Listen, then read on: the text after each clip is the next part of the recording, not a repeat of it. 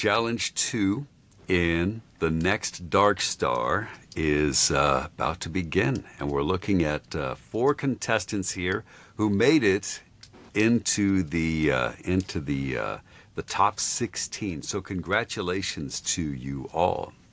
This has been a real challenge. Number one, we had 130 contestants originally, and it was our job between Tessa and Brandon and I to narrow it down to the top 26. It was supposed to be the top 20, but that was impossible. We could not possibly come up with only 20 contestants. So now we're down to the top 16 as voted by the voting public, and you are up to challenge number 2.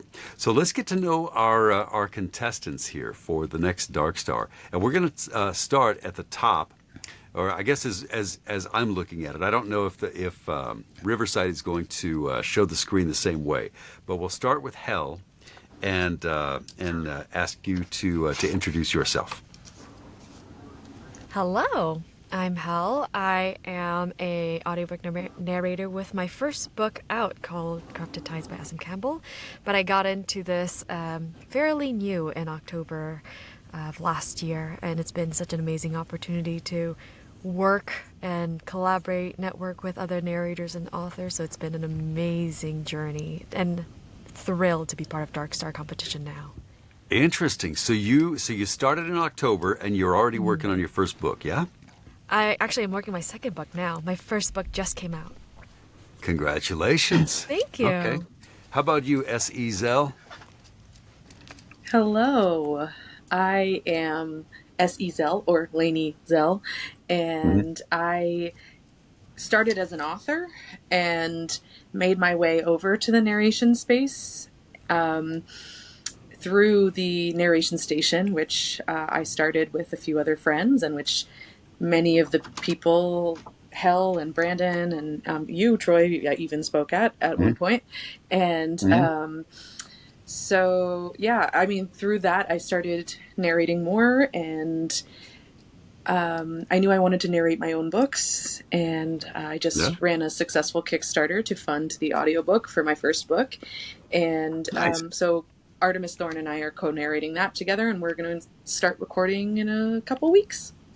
Then your timing is perfect. Kristen Nugent, how are you? I'm good. How are you? I'm doing really good. Good. I'm Kristen Nugent, as you just said. And I started narrating last year. I believe it was about June when I started. And I am now on my fourth book. It's been a great process. I'm learning a lot. And I did make a friend through narration, another Oklahoman who she is a newbie writer. And we found each other, and I feel like we're just kind of fumbling through life together right now, so it's kind of fun. I love that. That happens a lot too. You're gonna make friends as you move along. The cool thing about the narrator community, the same as you probably realize, Lainey, in the author community, is that there are a lot of really supportive people here.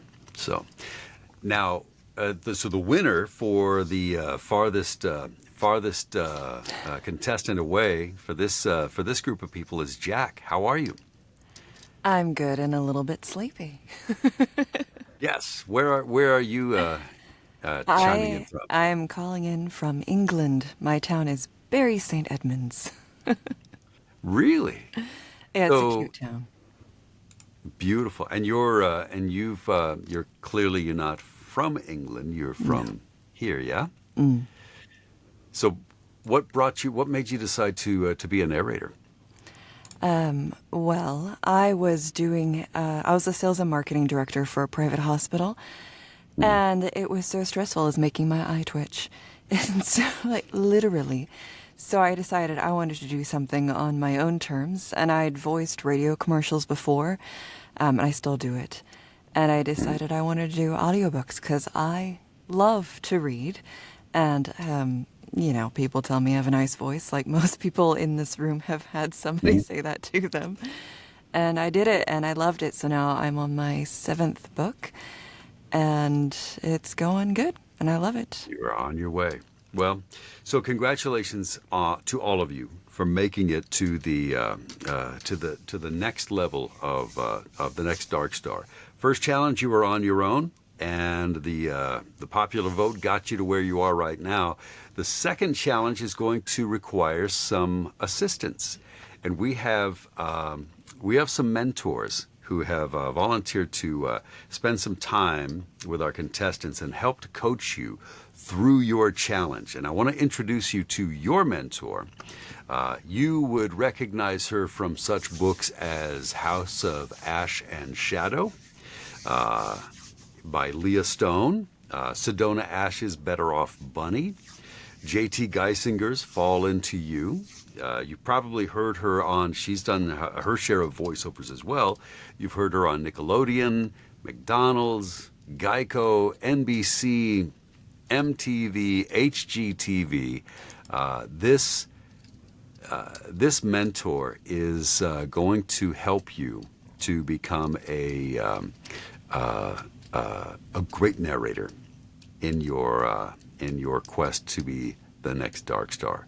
Vanessa Moyen is our mentor for this challenge. So, welcome to Vanessa Moyen. I'm hoping that you can hear me okay. There she is. Yes. Vanessa, you know what? So first of all, I have to apologize. When I sent you the email, I should have said that you were going to be joining at 6 p.m. Central, which is the first thing that you got, but I accidentally wrote 6:30, and I apologize. So That's okay. so I'm glad to be here. Sorry to make you all wait.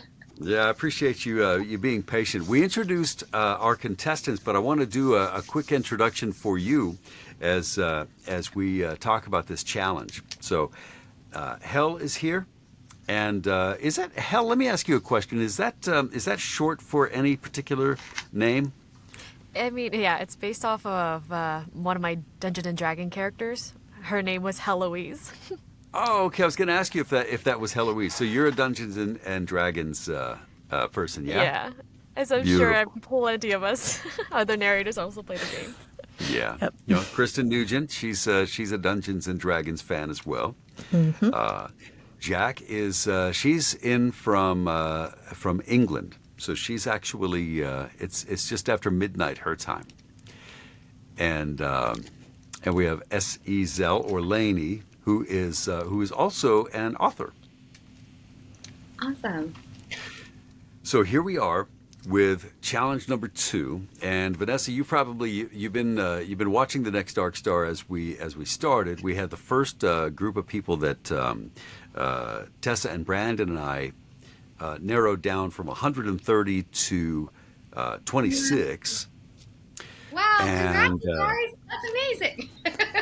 Yeah, well, so these guys are actually the top 16 because we had our first challenge, which was just general acting, and they were voted in by the public, and so now we have 16 contestants, and this group of 4 is your group, and you're going to mentor them into the challenge. So I'll tell you a little bit about this. Yeah, tell you a little bit about this challenge. You are going to help them to work on doing convincing genders opposite of the POV, right? So they're going to need your help in creating good male characters. They're also going to need your help, and this is one of the when I came to you, Vanessa, to ask for your help with the challenge.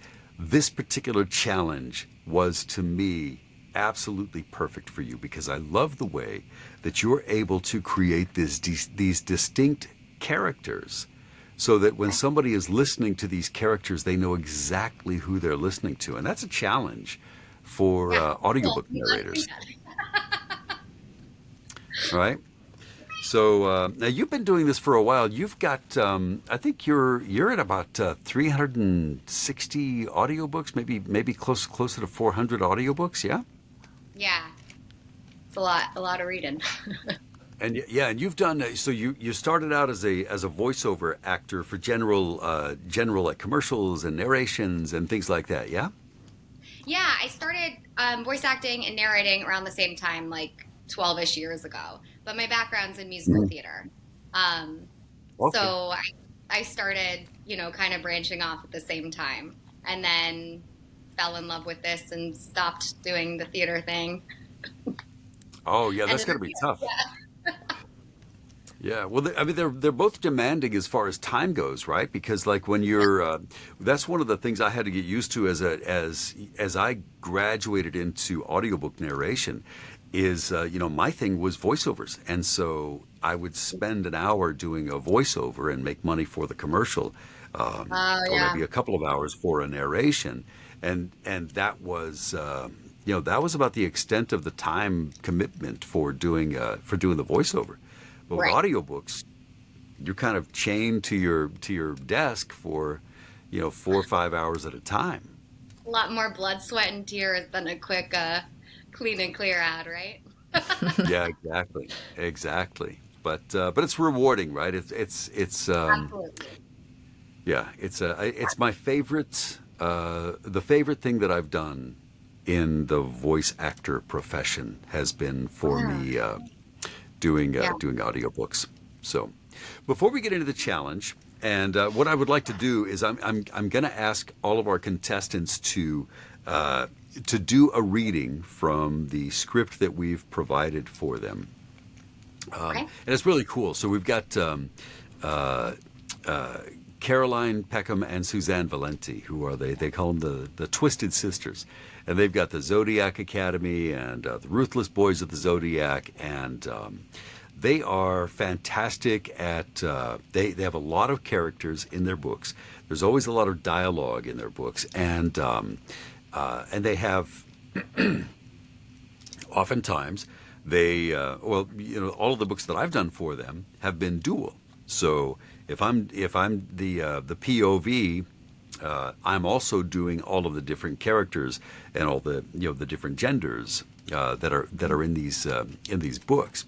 So they have this one book that's written from the point of view of the heroine, but also a copy that's written from the point of view of the boys.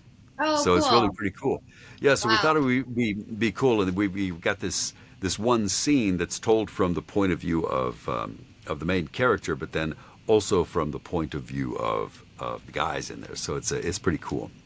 Cool. So before I get into asking our contestants to read sections that you can give them some feedback on, do you have any particular advice that you can give them for A, creating convincing characters in the opposite gender, and B, creating distinctive characters for secondary and tertiary characters? Definitely. Okay, I have two little tiny babies, so if they scream, just pretend you don't hear it. Okay. I will play with the mute when y'all are reading so that nothing pops Okay. up. Okay, so now that's aside. I jotted down some quick personal rules of thumb I have, which like everyone's different. You can take them or leave them. So there's three quick things that I usually use every single day. So first and foremost, I take down any and all vocal descriptions from the text as my starting point.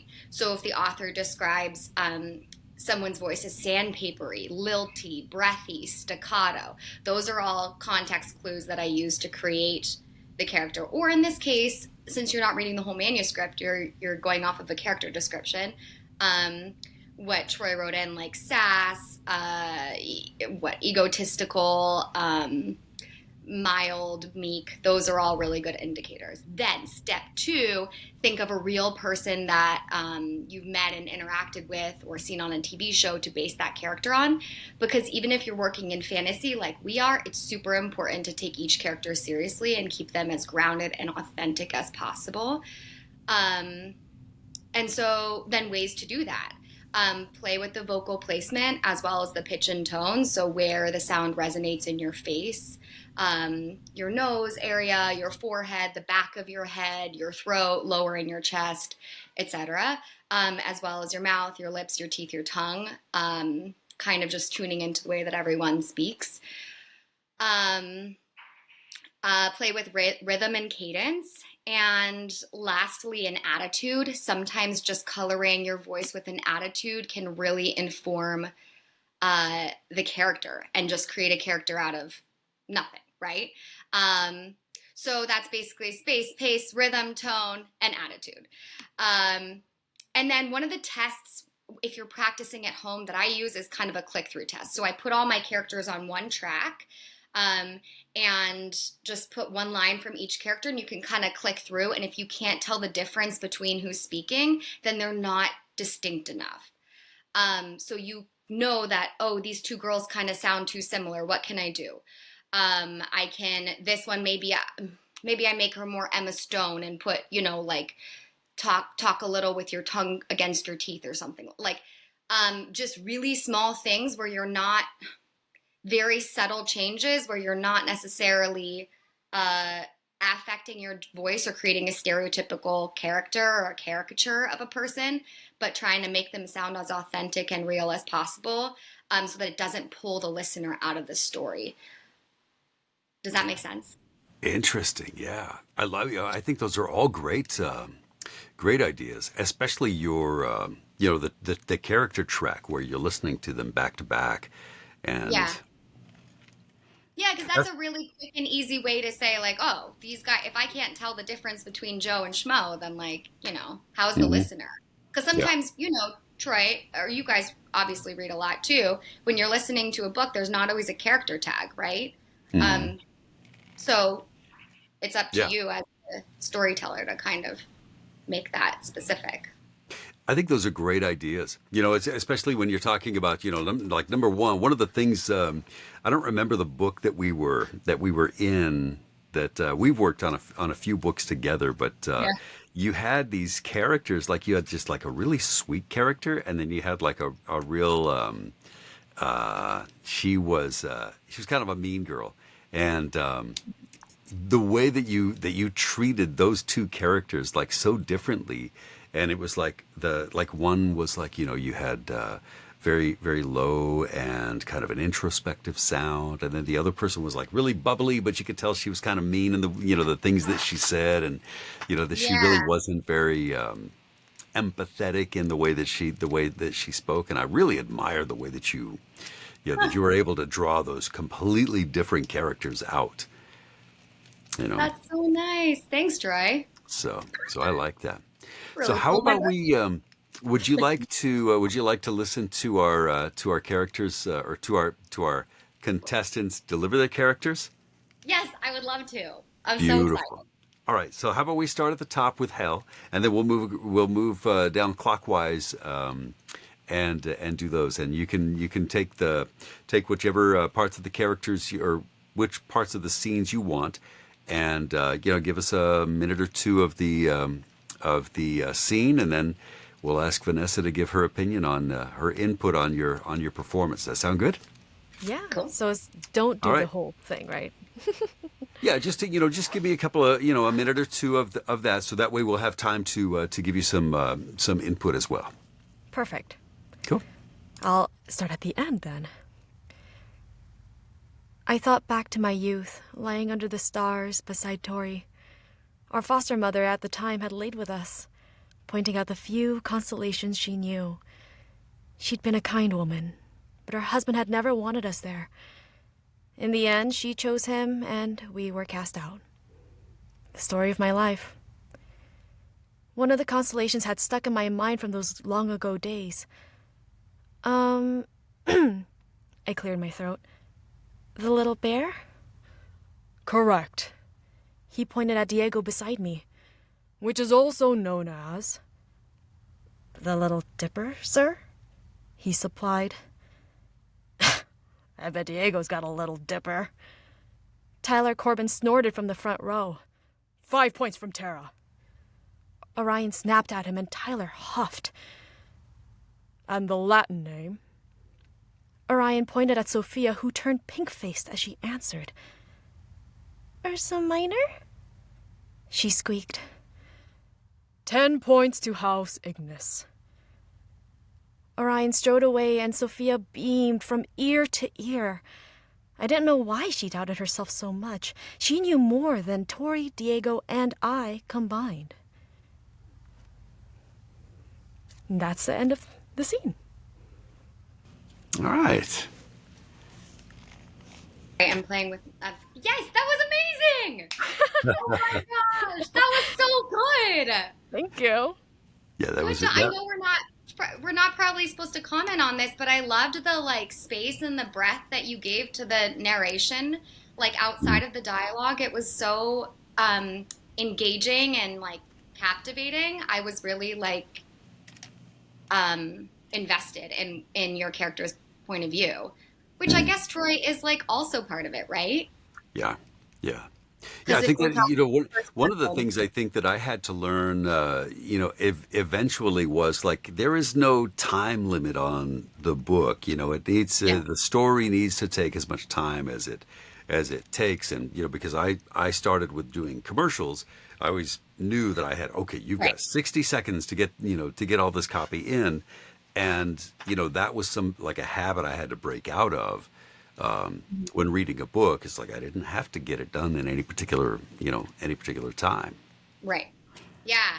Yeah. And so giving those moments for the character to just kind of like listen and observe, it was great. It was so easy to follow. Yeah. Thank you. Yeah. And you did a great job differentiating all of the characters. Like I felt like I knew who was talking, and you had a very specific lens that you put on everybody. I could hear their POVs on the world, who was like a little bit angry at life or over it, and somebody else who was very innocent and doe-eyed. Like I heard all of that, even though we can't see you. I could see you, like when she squeaked, I could see you like opening your eyes and like and I felt that moment. So that was really, really cool.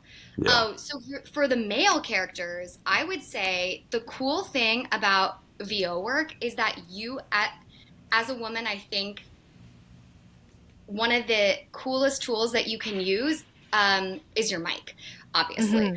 So you can get close to your mic. I would encourage you to get really close to your mic on the male dialogue, because it's like things that are low, I think it's going to make it sound less forced or strained. If you get closer to the mic, you lean in like you're doing 5 o'clock radio hour. And that's it. That's the male voice. Because as a listener, we're going to suspend our disbelief that that's the male. Instead of trying to talk like this, which instantly I'm thinking, oh gosh, I don't sound like a guy. I sound like a 5-foot-tall blonde person trying to speak like a guy. Trying to sound like a guy. Yeah. Yeah, Okay. right. So instead, you're just taking the essence. You're not trying to sound like George Clooney. You're just picking up like maybe some like gravel in his voice and the way that he kind of. But again, the proximity, the closer you get to the mic, snuggle in there like you're talking in their ear, and it doesn't have to be loud, right, Troy? Right. Yeah. And that helps you too. One of the things that you learn as you're narrating is that you need to take care of your voice, because if you're narrating for 3 or 4 hours at a time, your voice is, your vocal cords are going to get fatigued anyway. So if you force yourself into this really deep voice, then that's going to fatigue you a lot faster. Yeah. So. And sometimes there are like shouted lines, right? Like, everyone in line! And then it's like, that's not the whole book though, right? Like, Right. for the most part, even speaking in front of the class, attention class, it can just be like a relaxed, because you have a very free, natural speaking voice. So it doesn't have, we instantly notice when you're trying to, put something else on it. That's great. And leverage the low end of the mic, right? Being able That's to. it. Yeah. Set That's up. it. You're already relaxing. You're just kind of relaxing and then getting in. So instead Yeah. of like Yeah. 5 fingers, do like 3. Okay. Yeah. That's clear. And then, yeah, yeah. That's great. How about Jack? Do you want to give us a your take on a scene? You got to take your mic off though. You're definitely not going to sound as good as you can sound if you don't have your mic on.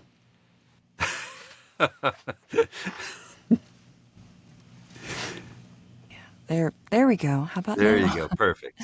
I am going to I'm turn gonna off my mute myself. camera though. Okay. Cool. So it just makes me feel better inside. I do need water.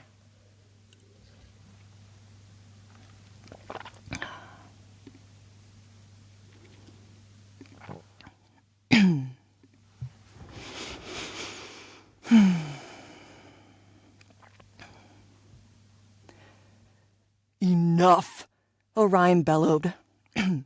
Orion bellowed before Caleb could land the strike. The terror air paused, and it felt like everyone in the classroom had turned to stone. Tension rippled through the air as Caleb extinguished the flames in his palms, and a low growl emitting from his throat. She's my source. Touch her again, and you're dead, professor or not.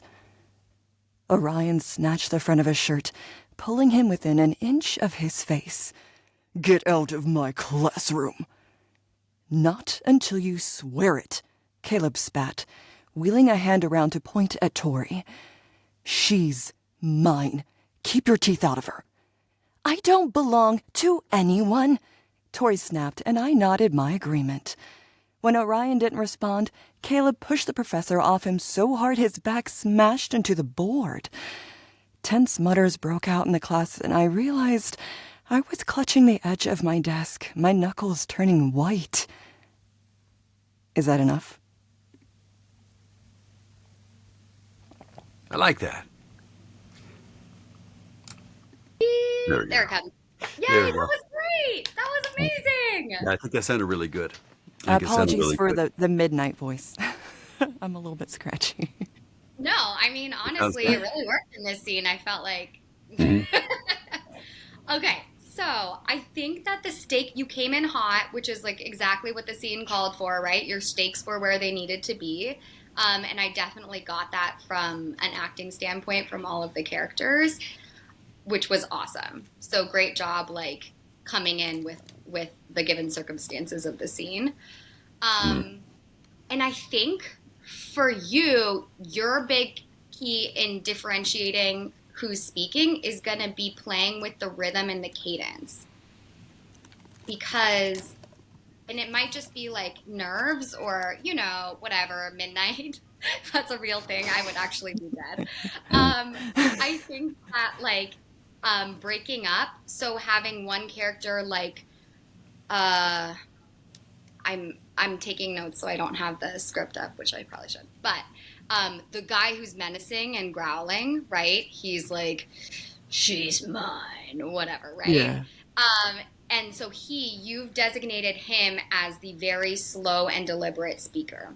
Then the one afterward can have a more like, "Catch me if you can," you know. Yeah.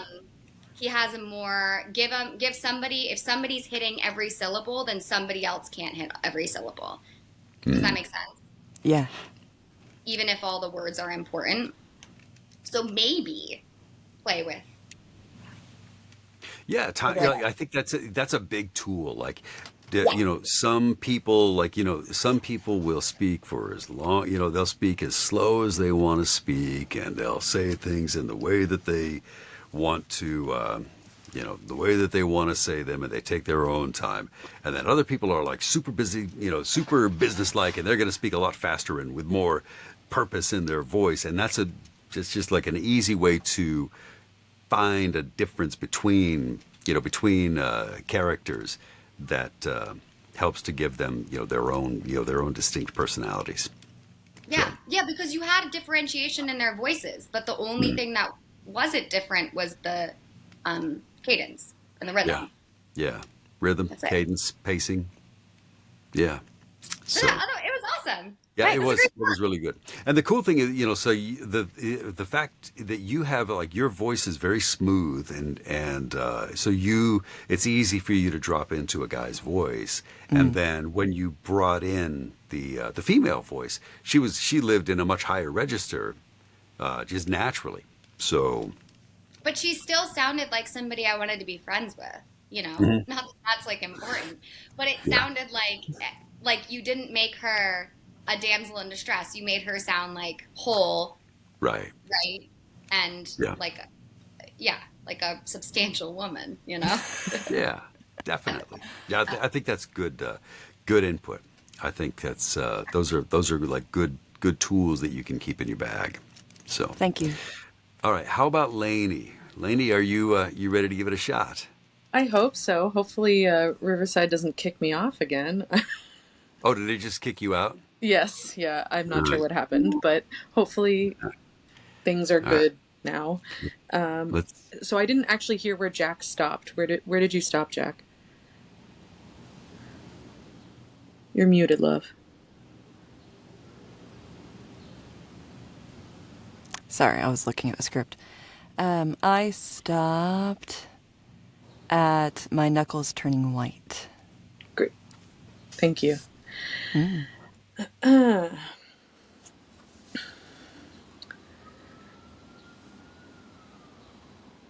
Fine, Orion said in a deadly tone. But the other Vega twin is mine. Excuse me? I gasped, but they continued to ignore us. Caleb grumbled something, starting to stalk back and forth before him like a caged lion. Deal. He finally forced out, then marched from the room, slamming the door behind him. Orion straightened his shirt, then turned back to the board. Aries are ruled by Mars, so they can be particularly impulsive and often aggressive when... He went on, and I turned to Tori in absolute shock, as Orion continued as if nothing had just happened. Don't we get a say in this? I hissed to my sister. Not unless we can fight them off, Tori said, her brow creasing with rage.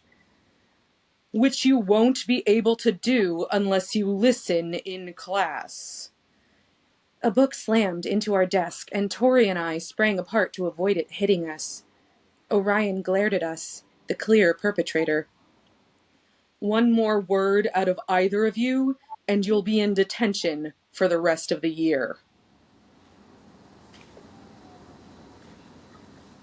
Cool. Yay! That was awesome. Very Thank Woohoo! cool. you. Very good. That was great. I love how you hit the verbs in your sentences. It made it really easy to follow what was happening. Clearly, you have a background in writing because you can break apart a sentence very well. Mhm. That was great. Okay, so I think what I would do, I liked your take on the characters. I like how they were all very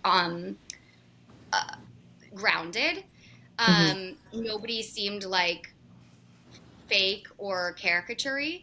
I would lean in a little bit more into the character descriptions. So Troy wrote here, Darcy's got sass and bite, and Tori's got a deadpan personality and a lot of snark. So is there like somebody, April from Parks and Rec? Did you guys watch that show? Yeah. What's Yeah. what's her real name? She gets people love her right now. She's so Yeah, she's the one real deadpan, and she's like that. Yeah, yeah, she's super yeah. duper deadpan. God, my brain Aubrey is dead. Plaza. Anyway, But Aubrey Plaza. Thank oh, you. okay, God. cool. That's her. Yeah, everybody's like super. She's super hot right now. If anybody else does commercial VO, everyone wants their commercial to sound like Aubrey Plaza.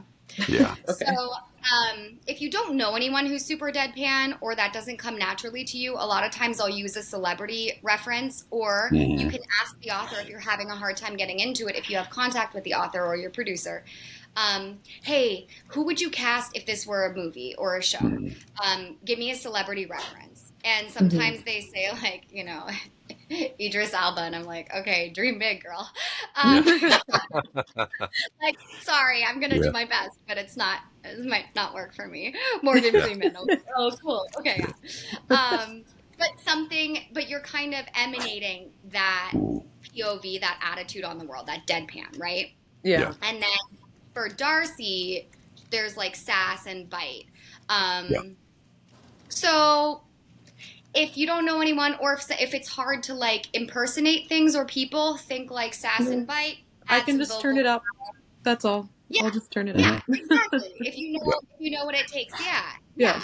yeah. Mhm. But just have a clear person in mind, I would say, and that will help those characters really become specific, so that Hmm.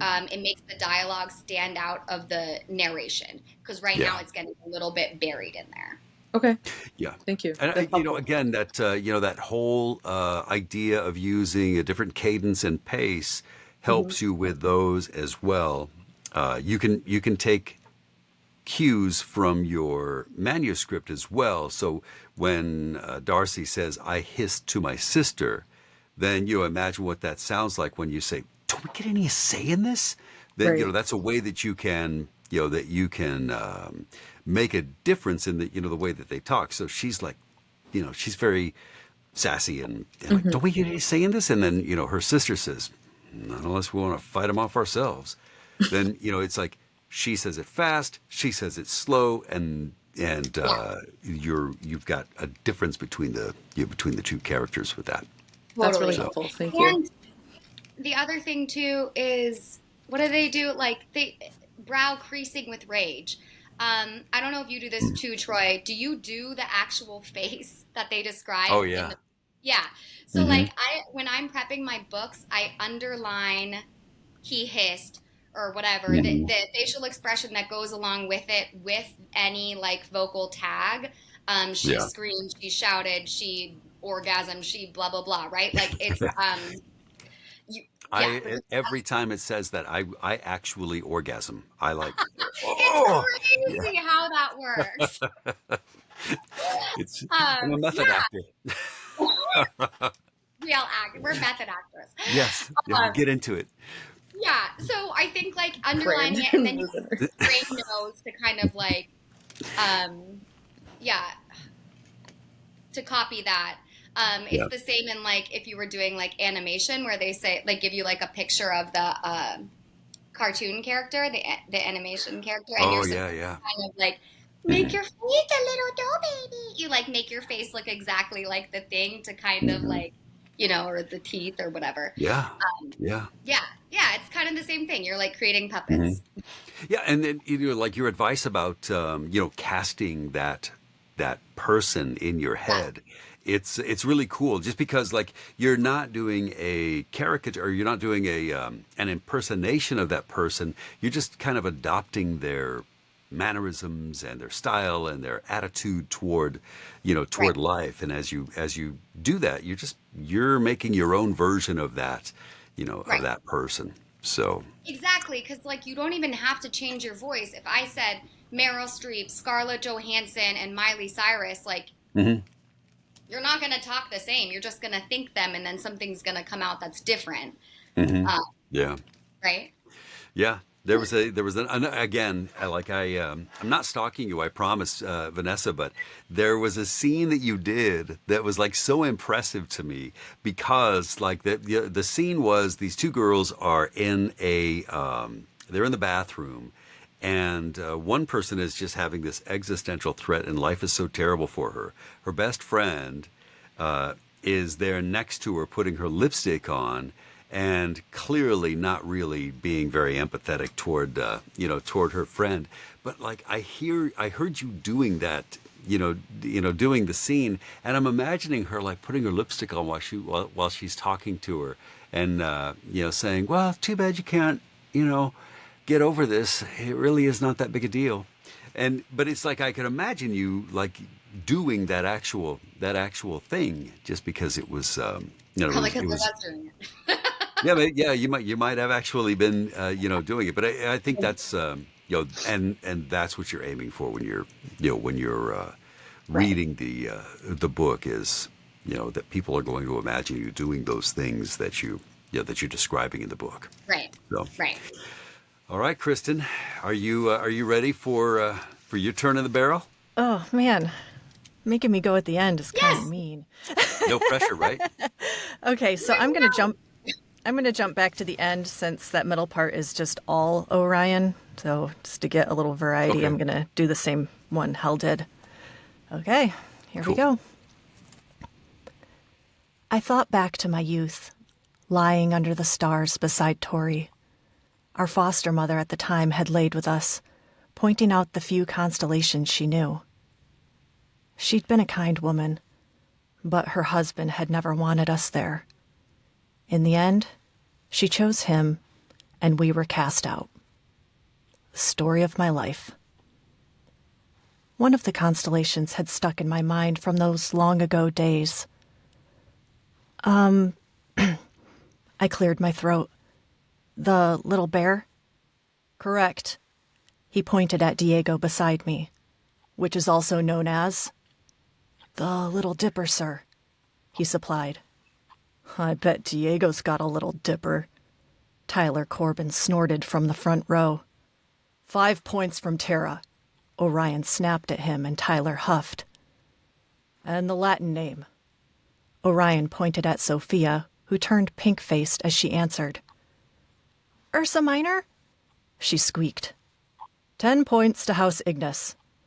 Orion strode away and Sophia beamed from ear to ear. I didn't know why she doubted herself so much. She knew more than Tori, Diego, and I combined. That was so good. Very good. Yeah. Good Oh job. my God. That was great. I like everything played out while in my head while you were reading. That was great. Yeah.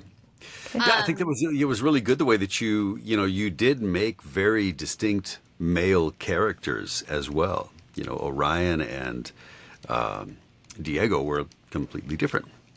Yeah. Allergy And I season, heard so the, it's really like- easy.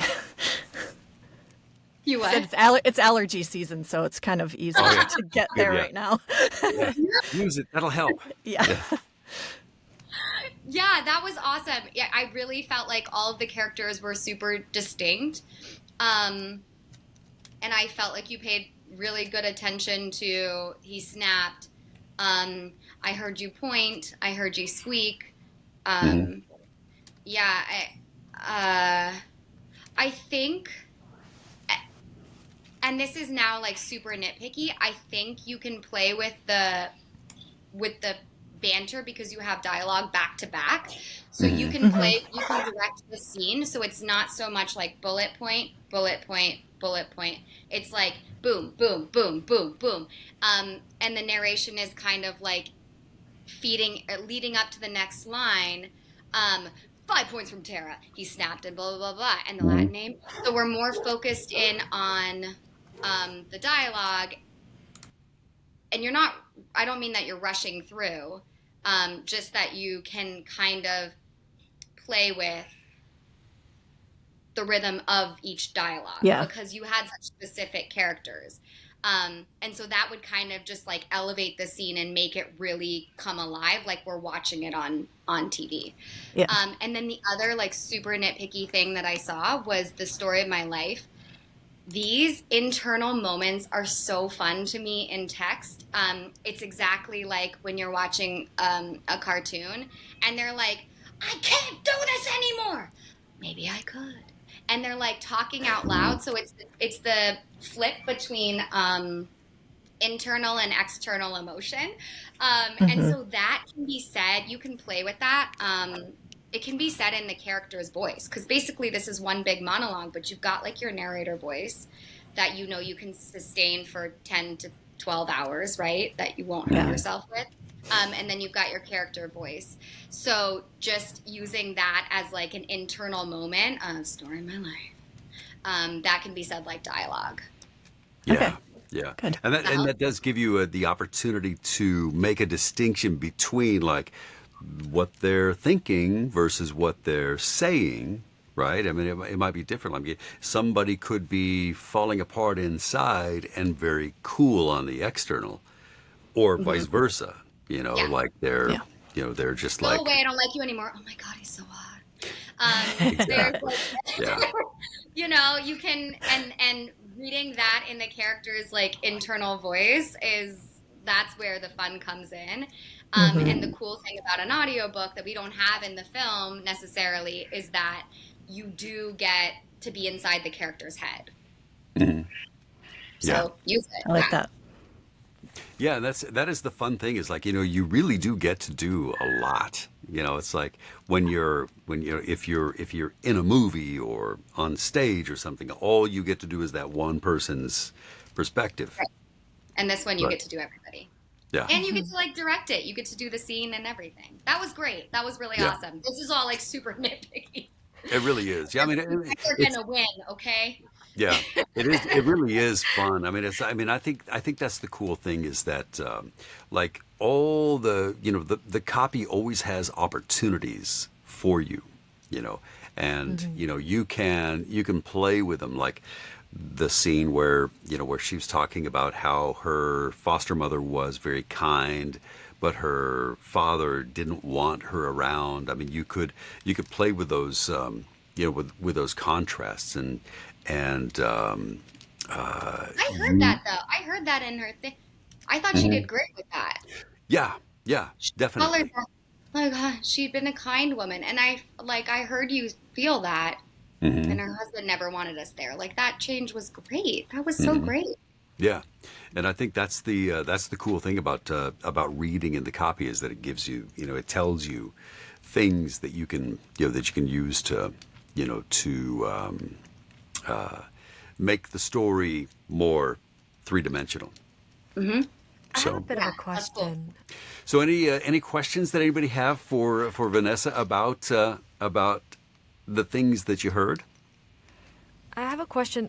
Maybe this is a bit more technical, but let's take the example of the story of my life. That line, because it's an internal thought, and you said treat it like a dialogue, kind of separate from the narration itself. How much liberty do we have with that? Because I could see, as we're kind of like in the end, she chose him, and we were cast out. Story of my life. Adding a little sigh in there. Like, but I don't. Sometimes I kind of wonder, as a narrator, it's not specifically called out to sigh or not to sigh. How much liberty do we have in kind of making some of those decisions? You have breath is something that's kind of tricky in audiobook narration, in that they don't want the listener, producers, directors, casting, nobody wants a big aspiration. It kind of like is not nice to like listen to. So I would stay away from that. But like, for example, if something's funny to you, like you can laugh on a line. Okay. Or if you find something like an intake of breath, a small one, right? Like nothing that's gonna like make you spike or peak. Yeah, I think you have a lot of liberty in it, as long as you're not like taking. Yeah, I don't think like as long as you're not doing something like audibly annoying. Yeah. Okay. Yeah, I think that you can and again with a manuscript telling you things like if the tag says he said on a sigh, then you could say, I mean, you could kind of use that and infuse whatever the sentence was. Well, I guess I better go now. He said on a sigh. That would be that would be something you could do, and if they don't like it, then they could tell you. So if it Okay. Yeah, if you it might seems get like it the right as thing a to do, pickup. yeah. Yeah. If you do it, you can always they'll either say, yeah, can you just deliver that line straight, or you'll get away with it. But generally, you have what do you say, Troy? You have so much more freedom in audiobooks than with anything else. Yeah. Like It's kind of, Yeah, exactly. you Yeah, like, know, so when you're doing a commercial, if you do a commercial, then chances are pretty good it's going to be, it might as well be chiseled in stone because, right. some copywriter wrote it and then some lawyer read it and said, you can't say that, say it this way. And then so it goes back to the copywriter and then the creative director has to sign off on it. So by the time it gets to you, they etched it in a tablet from mountain Yeah. from the mountaintop. But with books, your job is just to deliver that story the way that the author Right. wishes that I it would was say delivered. like don't extrapolate too much. It's not like it's not really your story. Like you didn't write it Right. unless you're an author Yeah. narrating your own book. So Mhm. like your job as a narrator is to interpret the text and breathe humanity into it while Yeah. also not like rewrite. You're not rewriting the book, Yeah. you Respecting the um intent of the text. yeah, Mhm. exactly. Just like, in regular theater or acting or Yeah. whatever, right? Mhm. And I think that is one of the challenges of delivering the manuscript is oftentimes, one thing I would say that you do not have the latitude to do is to change the text. Right. If the author has written it, unless it's clearly, incorrect. If the author says he did not like what he saw, it's not up to you to say he didn't like what he saw. It's up to you to figure out how to Right. say he did not like what he saw. Just because it's the author wrote it that way for a particular reason. Exactly. Does So that answer your question? Was that way too much? I loved it. No, I think, it definitely did explain that there are liberties so long as you continue to respect kind of what the intent of the writing is. And what I heard also is that it really varies by author as well. Obviously, different markets, like commercials, different from narration as well. Yeah, yeah, for sure. But for this, yeah, I mean, you can add, humanity, and that's the whole point of human voice only and not AI is that you can bring in, your heartbreak from the 6th grade into the text, or your experience as a foster child, or this all of this. Yeah. Use that to color the text because that's why yeah. That's human a great way to storytellers. put it, Vanessa, too. Like, Yeah. AI will never be able to do that. Right. The Yeah. Right. AI did not get its heart broken in the 6th grade. And Yeah. so, they won't be able to do that. So the key as a narrator moving into the next generation, which you are, is going to be doing that thing that the machines cannot do, and that is being human. So, Lainey. I was not able to attend the live announcement where you guys kind of fleshed everything out. So I just wanted to double check. This is just about changing the voices. We don't have to add any sort of accents or anything. There's no. Right. Okay. Right. Yeah. Just give us distinct characters and convincing and authentic opposite gender voice. Okay. Got it. Thank you. Cool. Anybody else? Any questions for Vanessa? This is a golden opportunity. You guys did so good. This is so Yeah. fun. You There's really so many did. questions that we can't think of them all. Right. Yeah. At 2 o'clock in the morning, which is like a half an hour for Jack, you're gonna bulk up right in bed and go, "Oh, I should have asked this." But Exactly. Yep, exactly. I do feel like I probably should have written down questions beforehand. And I was like, oh, wait, maybe I should have. It's been a Yeah. very busy weekend. Yes. it's okay. We will have our opportunity. One of the things that I did communicate to the people who didn't make it to the next round is that this is as much of a continuing adventure for them as for the people who do make it past. So if you have any questions and you do, you want to get answers, feel free to email me. And if I can help, I will. And I I can reach out to Vanessa and say, hey, we had this question. What do what would you say? And same thing for all of our mentors. I mean, one of the things that I love so much, I know that you guys have your support group and people, your peers, that you lean on, but I got to tell you, I've never met more giving and generous people than the mentors that I've asked to help out with. So Vanessa has always been just the most wonderful person. Whenever I have a question. Troy. That's why I said. That's why I'm like, yes, let's do it. That really is it's I just said, hey, I've got this idea, and Vanessa said, absolutely, I'm in. I love this idea. So it's super great. I think it's so important, to support your colleagues or your future colleagues and cheer them on, because honestly, like, the audiobook community is just so warm and welcoming, and like, if there's a way we can hold up a welcome sign with your name at the airport, like, come on in. Yeah, absolutely. I had one more question, if you don't mind. Which is, I'm actually kind of curious from both your experiences as narrators. I imagine there comes a time when maybe you have like an ungodly amount of characters that you got to do, and at some point you're like, okay, I've pretty much gone through everything that I could possibly do with my voice.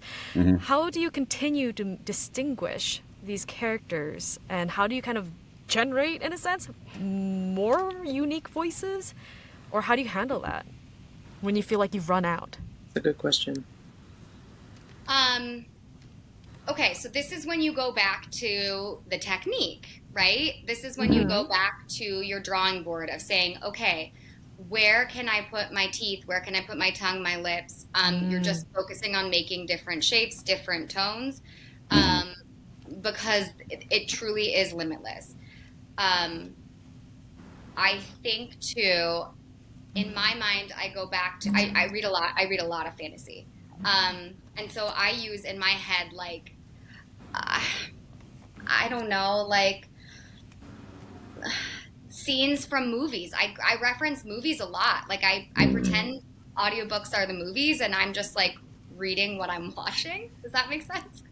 And so, like, if there's a bunch of like pirates on a ship, mates on a ship, over here, I can't, the rope is too, blah, blah, blah. Like, you're just like watching it play out, and you're seeing the characters, right? Like, this woman's got dirt smudged on her face. Like, just paint the picture, make it as vibrant as you can.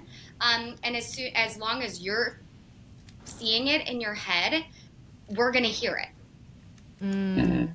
But it's about that specificity, right? So, like, it's less about, I'm giving you the resonance, the this, the that, whatever, the list, all that stuff, or mimicking people, I guess, or, whatever, thinking of celebrities, fine. But, like, if you're just going and thinking, like, the times when I've had the most characters, right, they're always like action scenes. They're like battlefields. And half of them don't even have names. You're never even going to see them again. And I'm like, oh, this guy came from Australia. That guy came from Sky. Like, all right, as long as it's with the author, right? And sometimes they do repeat. But if they're only one line in a 12-hour book, like, sometimes they're both there's gonna be two growly guys, like, they're 6 hours apart. That's the fun thing is, like, especially when you come across characters, with all these characters, you probably won't see them again, and so you can do whatever you want. You like come up with the goofiest, weirdest caricatures if you want to do. So, but do you say anyone who has like a name or pops up in like several scenes, Troy and I both have the same thing where we save characters. So every series has like every character that has ever been named pretty much, which is crazy because I just had got brought onto a project with like 8 other narrators for a multicast production for something that I did 7 years ago, a series that I did. And I like went in and they were like, does anyone have character samples? And I was like, I do. Oh my Yeah. God. And so I Yeah. shared like the 20 characters that I had for that. And somebody else was like, I just dug mine out from a decade ago. And we're like, yeah. So now like Nice. everybody's kind of, because the author had like created different series. So we're Yeah. meshing all the worlds together. Mhm. Yeah. And so everybody's like trying to listen to each other's character samples and like create like, Yeah. um, It took me so that's long to learn that weird. too. Like I kept What? like I kept doing all these characters, and then a year, maybe 2 years later, I would get a book from the same author, and then realize, oh, wait a minute, I remember this guy. He was in this book a long time ago. I wonder how did I do him again? And Yeah. so now it's like I save my characters so that I can keep track of them. So Troy, do you cast like your rep cast of characters? Do you cast characters from like another book mhm. in like Yeah. do you like because you did all that work, like you Yeah. made a character and it's like authentic and real and like you have like Mhm. a 10-hour backstory on them, right? So like Yeah, yeah.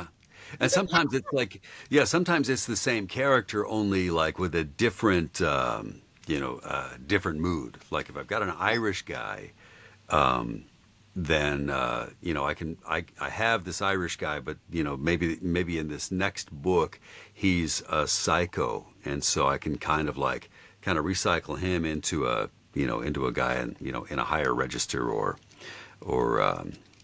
yeah. something like that. But it's basically the same guy, only different circumstance.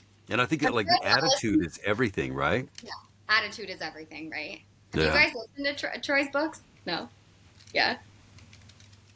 Those He's those ruthless boys were You're so good at those. thanks. Yeah, that was that they but they realize, so yeah, in reality, hell, I generally, it's like, all of my characters are based on like voices that I've given to like 4 or 5 of my dogs, and I just kind of like adapt them That's to other characters, and That's yeah, great. so What I That's gathered though, awesome. like from a technical perspective, space, pace, rhythm, tone, and attitude. yeah, Yeah. yeah, I think And that's that's also great. in your narration too, because a lot like the copy that you have tonight is in first person. So Mhm.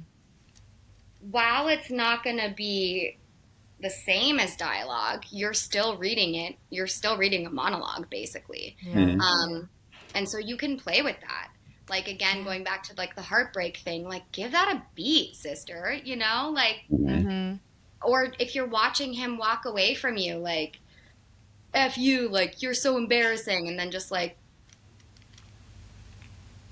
okay, then you can continue. Because like Mhm. Troy said, there's no stopwatch on it. They're not like this is a 15-second spot, like you gotta go.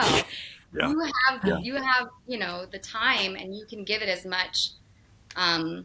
love as each, Yeah, and you know what? If you speak too slowly for a listener, they've got the 1.5 to 2.5. I mean, they can speed it up as much as they want to. So, you take your time and make it, the story should make sense to you because you're telling it. So, yeah. all right. Jack, did Anybody you have else? something? Any other questions, observations? I have a question that's kind of specific, but it's been in a book that I'm reading now, and then also a book I'm reading my son. There's Yeah. often a time where it's like they said, go faster, and it's like a group of people talking, and my brain's just like, ah, because in my head I want all those people that I'm voicing to speak at the same time. That doesn't make sense. You can't do that. Yeah. How would you, if it's like a man and a woman saying go faster, what voice do you use? Like, do you just pick one? I mean, Yeah. Yeah, I would say, yeah, I think that, like, if I'm doing a crowd, and I might do something that's kind of androgynous, and instead of like go faster or go faster, it'd be like go faster. Yeah. It's this like chanty thing, Mhm. right? Yeah, yeah. It's like when He's people are a woman. chanting in crowds. Yeah, it'll be Right. like chanty. Right. So Like a Um, not whisper scream. shanty, but chatty. you're right. also, as like the director, you are putting the camera on the character that you Right. want them to see. So if it is first person, I often go with, if it's me and me, if it's the female main character and then the male main character saying it at the same time, but the chapter is in my POV, then the camera in my mind is on me. It's on So you. I'm Yeah, going it's to great. say, go faster in the female MC's voice. That would be Yeah. my like informed choice. Yeah. Great way to put it. I think that's a great rule, like a great rule to give yourself. Whose But if POV is it's it? just like a basic crowd, chant it. Hmm. Yeah. Yeah. Yeah. Yeah, that's a really good question. That's a good point. Thanks. I have a question. Lainey. Hmm. So when I read, you talked about basically acting out the lines a little bit more and giving them more, of the emotion that is written into the narration. And I'm wondering, like, do you find that you have to, like, almost put more in than you think that you have to put more into it? Like, you know what I think? Not overact, but like put more emotion than you initially think would be needed for it to show up in your voice, or I don't think so. No, I think for me it's about being present. And I think if I'm not, there's always do you guys know about punch and roll? Maybe? yeah. Yes. You can always punch it again. Take it back, my friends, right? Like if you find that you missed a tag or you're not being present, go back and redo it. I think it's more about being in the moment and really giving each, not to say that you're overemphasizing or overreading, right, Troy? Like you don't want to like Right. overdo it. You're not putting too much emphasis on each sentence, otherwise it's going to Yeah. be a really heavy book to listen to. Yeah. Because you're like, wait, what's important here? You have to like move the story forward, which I think requires you to just sink in and let it just kind of happen. I think that's it. Yeah, Vanessa, that's exactly when you say to be present in what you're doing, that's like the best thing you could do because you don't have to. You're really not acting. You're not. In order to try to deliver an emotion consciously, that'd be impossible because I mean you're like you've got so many words. But if you're present and you understand what it calls for, you don't have to really act it, and people will hear it. I mean, like if the line is, are you serious? Well, if she's being flirty, then she's gonna say, are you serious? Or if she's exasperated, she'll be like, are you serious?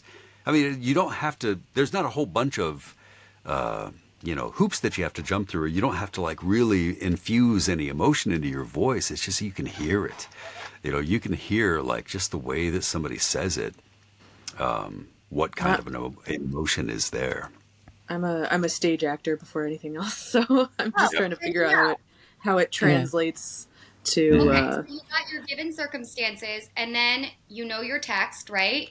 And the text you're not going to stray from, but you can take the beats, you can take your breath, your beat, and you're playing off of your scene partner. But the only weird part about audiobooks is that your scene partner is yourself. So you're just playing off of yourself, right? Right.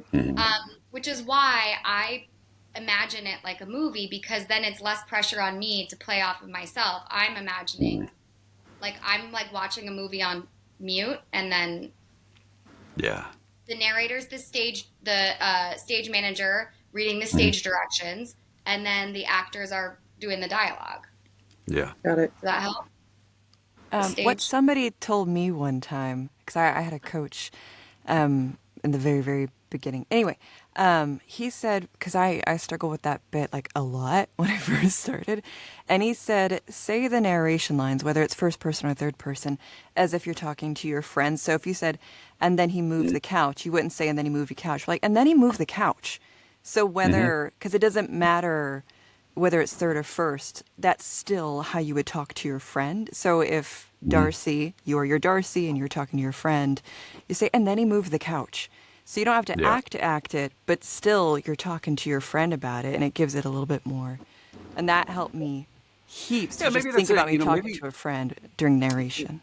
Maybe it'd be better to describe yourself as opposed to a narrator, describe yourself as the storyteller. You know, I think that's as the internal monologue is going on, you're the storyteller. You're telling somebody what's going on, and you're experiencing it as you're telling that story. I think that's a great way to, the way that you have your own opinions, point of view. Mm-hmm. Yeah. It affects you, right? When he moved the couch, right. Who the F does that? Like that, just that like point of view on that, right? Or he moved the couch. That was so sweet. All of his like toenail clippings are back there. Now he can vacuum them. Like there's some people. Oh my God. I had a roommate that did that, you guys. Isn't that just oh my God. Oh. When he moved, it was like 2 inches. Oh my God. That's terrible. That does sound Guys, terrible. I had the best time. This is really fun. And now you've got your challenge in front of you, and now you've got some amazing, valuable input from Vanessa. And I think that you have what it takes to move forward with your challenge. And you're gonna do your challenge. You're gonna post it, and then Vanessa, we're all gonna get together with the other mentors who are going to give the highlights from what you're going to give them your input on your people, and our other mentors are going to give input on their people as well, and we'll put it in the hands of the gods of the public. The Doctor gods. America. So England. America and parts of England. The world. Yeah. Exactly. Wow. America and parts of New Jersey. But I think that I think that given what you've got now, you'll get a chance. And there's a lot. I mean, there's a lot of information that you're taking in now. But sleep on it, especially you, Jack. Already there. When you wake up, you'll have and then give it a fresh take. And I think that you'll be really pleased with what you've got based on what you learned tonight. Yes. Thank you so good. much. You guys, this is so fun. You should be so proud of what you did tonight. This is so good. Yeah, I'm very proud. I'm very proud of all of your performances. So. Yeah. Thank you. Yeah. Thank you all so much. Have a wonderful Absolutely. Sunday. Thank All you right, for your time. I'm excited. go forth and produce. Bye. Have a great night. Hi, guys. All right, guys. Take care. Have a great evening. Good night.